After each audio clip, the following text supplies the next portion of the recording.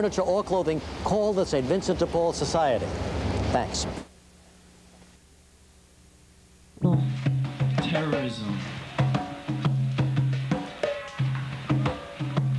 I pray for a revolution of love.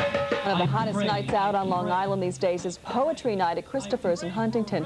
Standing room only crowds gather to hear poets read their work at cabarets serving coffee and cappuccino. Pop culture experts call it the Great Poetry Revival, and it's reached the point where poets will play a major role in the upcoming Lollapalooza Tour. One of the poets who will be on the road with the rock tour is Huntington's own Billy Lamont, and he joins us now. Welcome to News 12. Happy July 4th, by the way. Thanks for coming in on this holiday. Thanks for having me. Did poetry disappear for a while? I mean, we're hearing so much about the Great Poetry Revival now in the coffee houses, but was it ever gone? No, it's been around for years, but I think it's picked up a lot of steam now. Picked up a lot, and it's become more of a trend right now. Why? Why now? Why now? I think people are just ready for it. I think less people want to go out. Maybe they don't want to go to bars as a meeting place. Maybe they want to relax and have a cup of coffee. And maybe the political environment right now, maybe poets tend to speak out about what's happening on the street. And I don't know, maybe people just, maybe with the, in this technological age, maybe people just want something more personal too. I have a few theories, but I'm not exactly sure.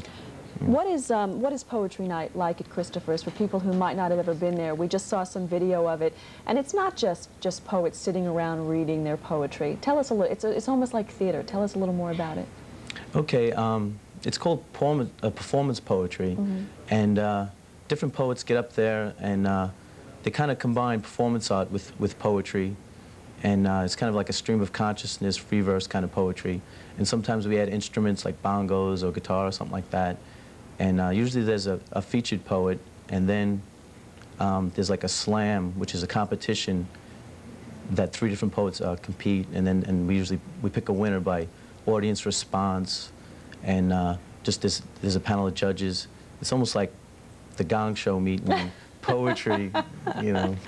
When you write poetry, where do you get your inspiration from?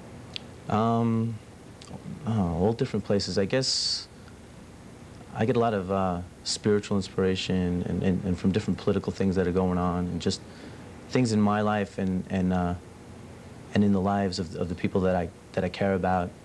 You know, just life. Just life in general gives you the inspiration. Life is taking an interesting turn for you now, I understand. You're headed to Woodstock, hopefully. Yeah, I'm going to be one of the hosts at the Freedom Fest Woodstock Festival, but it looks like I may be in on the bigger Woodstock Festival. I got past one committee, and now they're deciding.